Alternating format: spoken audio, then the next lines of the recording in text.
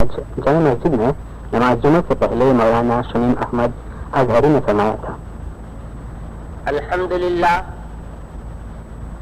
للہ نحمده ونستعینه ونستغفره ونؤمن به ونتوکل علیہ ونعوذ باللہ من شرور انفسنا ومن سیئات اعمالنا من يهد الله فلا مضل له ومن يضلله فلا هادي له ونشهد ان لا اله الا الله وحده لا شريك له ونشهد ان سيدنا ومولانا محمدا عبده ورسوله اما بعد فقد قال الله تبارك وتعالى في القرآن المجيد والفرقان الحميد: اعوذ بالله من الشيطان الرجيم بسم الله الرحمن الرحيم فاقرؤوا ما تيسر منه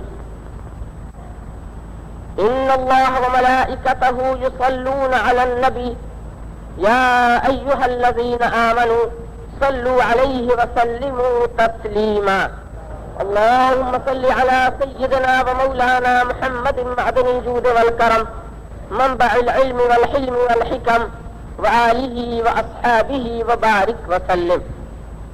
معزز حاضرین، محترم سامعین، میرے بھائیوں اور بہنوں، عزیز بچوں، السلام علیکم ورحمۃ اللہ وبرکاتہ. انسان دنیا میں آنے کے بعد اپنے ماں باپ اور اپنے تربیت دینے والوں کے طریقے کو اپنا کر اگر ایمان و اسلام کو قبول کر لیتا ہے تو اسے مومن اور مسلمان کہا جاتا ہے. مومن ہو جانے کے بعد، ایمان لے آنے کے بعد اسے ضرورت ہوتی ہے کہ اس کے سامنے کوئی قانون ہو، کوئی لا ہو، کوئی دستور ہو، کوئی ضابطہ ہونا چاہیے. عزیزان گرامی، مذہب اسلام ایک مکمل اور ایک کمپلیٹ دین ہے جس میں کوئی بھی گوشہ، اس کا کوئی بھی حصہ کہیں سے ایسا نہیں ہے کہ جس کو انکمپلیٹ کہا جائے اور جس کو نامکمل کہا جائے. اسلام کی دعوت کے لیے اللہ تبارک و تعالی نے اپنے نبیوں کو بھیجا. حضرت آدم علیہ السلام آئے، حضرت ہود علیہ السلام آئے، حضرت نوح علیہ السلام آئے، حضرت ابراہیم علیہ السلام تشریف لائے. اس طرح سے نبیوں کا ایک سلسلہ رہا جو ہمارے اور آپ کے آقا مولا سید العالمین جناب محمد رسول اللہ صلی اللہ تعالی علیہ وسلم پر ختم ہو گیا. اسی لیے آپ کو خاتم النبیین کہا جاتا ہے. آپ پر نبوت کا دروازہ بند ہو گیا. اب آپ کے بعد کوئی نبی نہیں ہو سکتا. اگر کوئی حضور کے بعد نبوت کا دعویٰ کرتا ہے تو وہ جھوٹا ہے، لائر ہے.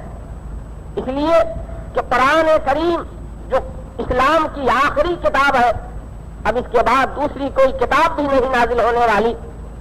اور جس ذات گرامی پر اور جس مقدس شخصیت پر یہ کتاب اتری ہے، جنہیں ہم اور آپ محمد الرسول اللہ کے نام سے جانتے اور پہچانتے ہیں اور ان پر ایمان لاتے ہیں، وہ آخری نبی ہے. قرآن کریم آخری کتاب ہے. قرآن کریم شروع سے لے کر آخر تک ایک نقطہ اس کا، ایک ڈاٹ اس کا، ایک زبر زیر اس کا اپنی جگہ سے ہٹایا نہیں جا سکتا. اور دنیا نے بڑی کوششیں کی کہ اسلام میں الٹ پلٹ کر دیا جائے، اس کے معاملات میں تبدیلی کر دی جائے، اس کے اصول کو چینج کر دیا جائے، مگر ساری کوششیں ناکام ہوئی. اور آخر میں قرآن کریم اپنی جگہ پر ویسے ہی محفوظ ہے کہ جیسے حضور صلی اللہ تعالی علیہ وسلم پر نازل ہوا تھا. قرآن کریم میں آیتیں مختلف قسم کی ہیں. کچھ آیتیں ایسی ہیں کہ جن آیتوں کا مفہوم صاف سمجھ میں آ جاتا ہے، جن کی تفسیر بہت واضح رہتی ہے اور جس کی کامنٹری کو بہت ہی آسانی سے سمجھا جا سکتا ہے. لیکن کچھ آیتیں ایسی ہیں کہ جن کو کوئی سمجھ نہیں پاتا، جن کو متشابہات کہتے ہیں. اور یہ متشابہات وہ ہیں کہ جن کے مراد کو اللہ اور اس کے رسول ہی بہتر جانتے ہیں. الف لام میم، کاف ہا یا عین صاد، الف لام را، یہ حروف مقطعات ہیں. حروف مقطعات بھی آیات متشابہات میں سے. اور مسلمان جس طرح سے آیات محکمات پر ایمان لاتا ہے اسی طرح سے آیات متشابہات پر بھی ایمان لاتا ہے۔ میں ایمان لایا اس بات پر الف لام میم سے جو بھی اللہ کی مراد ہے، اللہ نے اس سے جو بھی مراد لیا ہے میرا اس پر ایمان۔ اللہ کی کیا مراد ہے، کیا اس کا مقصد ہے، کیا مطلب ہے، آج تک کوئی مفسر، کوئی ترجمہ لکھنے والا، کوئی تشریح کرنے والا باضابطہ اور باقاعدہ طور پر نہیں بتا سکا کہ اس کی میننگ اور اس کا مطلب یہی ہونا چاہیے، بلکہ مفسرین یہی لکھتے ہیں اللہ و رسولہ اعلم بمرادہ، اللہ اور اس کے رسول اس کے مراد کو بہتر جانتے ہیں۔ اللہ تو اس لیے کہ وہی نازل کرنے والا ہے، اور محمد الرسول اللہ اس لیے کہ ان کے اوپر ہی یہ کلام نازل ہوا ہے، اور جن کے اوپر یہ کلام نازل ہوا اگر وہ بھی نہ سمجھے تو وہ کلام بیکار ہو جائے گا، لغو ہو جائے گا، اور اس کلام کا کوئی مقصد نہیں رہے گا۔ اور اللہ تبارک و تعالیٰ لغو سے پاک ہے، اس کا کوئی کام بے مصلحت نہیں ہوتا، اس کا کوئی کام بے مقصد نہیں ہوتا۔ فعل الحکیم لا یخلو عن الحکمہ، اللہ تعالیٰ حکمت والا ہے اور اس کا کوئی کام حکمت سے خالی نہیں ہوتا۔ اسی لیے مفسرین لکھتے ہیں کہ اللہ و رسولہ اعلم بمرادہ، اللہ اور اس کے رسول اس کے مراد کو بہتر جانتے ہیں۔ اللہ تو اس لیے کہ وہی نازل کرنے والا، اور محمد رسول اللہ صلی اللہ علیہ وسلم اس لیے کہ ان کے اوپر کلام یہ نازل ہوا۔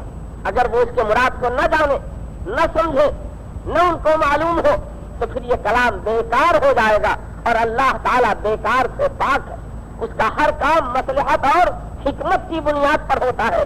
اسی لیے الف لام میم، الف لام را، کاف ہا یا عین صاد، ان آیتوں کی جب ہم تلاوت کرتے ہیں تو ان کا مفہوم تو نہیں سمجھتے، مگر اللہ کی رحمت دیکھو، اللہ کا فضل دیکھو، اللہ کے رسول جناب محمد الرسول اللہ صلی اللہ علیہ وسلم کا کرم دیکھو کہ فرما دیا گیا کہ جب کوئی ان آیات کی تلاوت کرتا ہے تو اسے ایسا ہی ثواب ملتا ہے جیسے کہ ان آیتوں کی تلاوت کا کہ جن آیتوں کو محکم کہا جاتا ہے، یعنی ایک حرف کے پڑھنے پر 10 نیکیوں کا ثواب ملتا ہے۔ الف لام میم پڑھ لیا، معنی نہیں سمجھے، مفہوم معلوم نہیں، اس کی میننگ کے بارے میں کچھ تفصیلی طور پر ہمیں علم نہیں ہے، مگر الف پڑھ لیا 10 نیکیوں کا ثواب، لام پڑھ لیا 10 نیکیوں کا ثواب، میم پڑھ لیا 10 نیکیوں کا ثواب، الف لام میم پڑھ لیا 30 نیکیوں کا ثواب مل گیا۔ اس لیے کہ بندے کو اللہ تبارک و تعالیٰ کی بات ماننا ضروری ہے، وہ تو اللہ تعالیٰ کا سروینٹ ہے، اللہ تعالیٰ کا بندہ ہے، مانا سمجھے تو اس پر ایمان ہے، اور مانا نہ سمجھے تو اس پر ایمان ہے۔ مانا سمجھا صرف ایمان لایا تو یہ تو عقلی بات ہو گئی، یہ تو صرف لاجک کے ذریعے سے چلنے والا کام ہو گیا، اور اسلام اور ایمان اور مذہب اور دین صرف عقل کا محتاج نہیں ہے، بلکہ عقل کے ساتھ ساتھ وہ نقل کے اوپر بھی زور دیا کرتا ہے۔ تو قرآن کریم اللہ کی ایک ایسی آخری کتاب ہے کہ جس کے بعد دوسری کوئی کتاب اترنے والی نہیں۔ تقریباً 23 سال میں یہ قرآن کریم حضور صلی اللہ تعالی علیہ وسلم پر اترا۔ 23 سال میں قرآن کریم کا اترنا پورا ہو گیا۔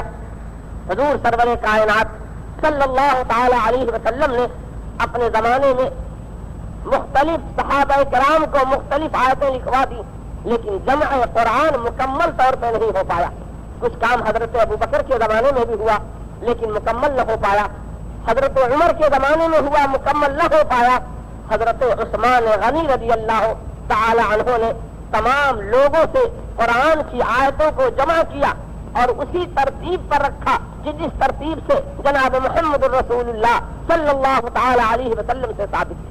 اسی لیے حضرت عثمان غنی کو جامع القرآن کہا جاتا ہے، قرآن کریم کو جمع فرمانے والے۔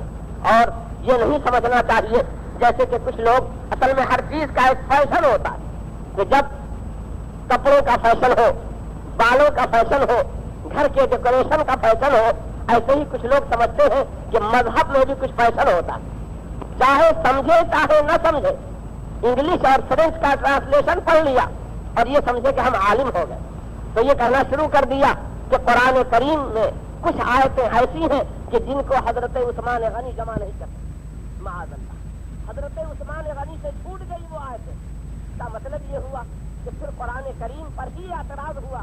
قرآن تو یہ کہتا ہے کہ ہم نے قرآن کریم کو نازل کیا ہے اور ہم خود اس کی حفاظت کرنے والے ہیں۔ تو جس کلام کی حفاظت کرنے والا خود اللہ تعالیٰ ہو، اس کلام میں کیا کوئی کمی کر سکتا ہے اور کیا کوئی زیادتی کر سکتا ہے؟ تو مسلمان کا ایمان یہ ہونا چاہیے کہ حضرت عثمان غنی رضی اللہ تعالیٰ عنہ نے بڑی دیانتداری اور بڑی ذمہ داری اور بہت ہی خیال کے ساتھ بہت ہی کیئرفل رہ کر کے آپ نے قرآن کریم کو جمع فرمایا، 30 پاروں میں جمع فرمایا۔ قرآن کریم اللہ تبارک و تعالیٰ کی آخری ایسی کتاب ہے کہ اب اس کے بعد دوسری کوئی کتاب نازل ہونے والی نہیں، اور حضور سرور کائنات صلی اللہ تعالی علیہ وسلم سے اس کتاب کا اتنا گہرا تعلق ہے کہ اگر قرآن کو سمجھنا ہے تو محمد الرسول اللہ کے ذریعے سے سمجھو، اور محمد الرسول اللہ صلی اللہ علیہ وسلم کو سمجھنا ہے تو قرآن کریم کی روشنی میں سمجھو۔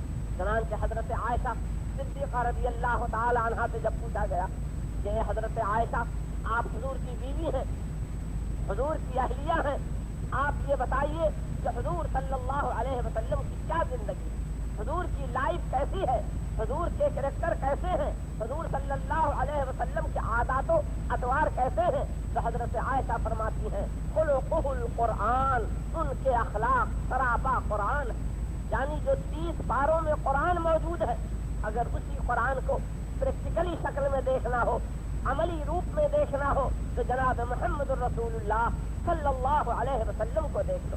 نماز کا حکم قرآن نے دے دیا اور نماز کا طریقہ جناب محمد الرسول اللہ صلی اللہ علیہ وسلم نے بتا دیا۔ زکوٰۃ کا حکم قرآن نے دے دیا اور زکوٰۃ کے بارے میں مسائل اور اس کے معاملات حضور سرور کائنات صلی اللہ علیہ وسلم نے بتا دیا۔ حج کو فرض قرآن کریم نے کیا اور حج کا طریقہ جناب محمد الرسول اللہ صلی اللہ علیہ وسلم نے بتا دیا۔ قرآن کا تعلق محمد الرسول اللہ صلی اللہ علیہ وسلم سے اور محمد الرسول اللہ صلی اللہ تعالی علیہ وسلم کا تعلق قرآن سے ایسا ہے کہ جس کو کاٹا نہیں جا سکتا اور جس کو جدا نہیں کیا جا سکتا، اور جب جدا کیا جائے گا تو وہاں پر پھر ایمان نہیں بلکہ بے ایمانی کی بات شروع ہوتی ہے، کفر کی بات شروع ہوتی ہے، شرک کی بات شروع ہوتی ہے، توحید اور ایمان و اسلام سے ہٹنے کا راستہ نکلتا ہے۔ قرآن کو اگر سمجھنا ہے تو محمد الرسول اللہ صلی اللہ علیہ وسلم نے جو تفسیر فرما دی ہے، جو آپ نے انداز اختیار فرما لیا ہے، وہی قرآن کریم کی تفسیر ہے۔